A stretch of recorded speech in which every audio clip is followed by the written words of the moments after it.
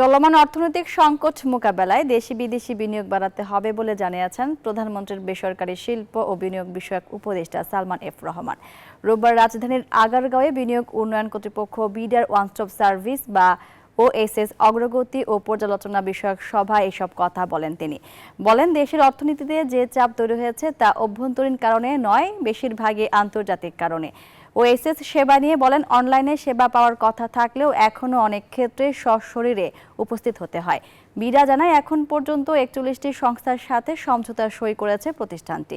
এসব সংস্থার 131 সেবা বিডার ওএসএস পোর্টালে যুক্ত হয়েছে, যা অনলাইনের মাধ্যমে নিতে পারছেন গ্রাহকরা।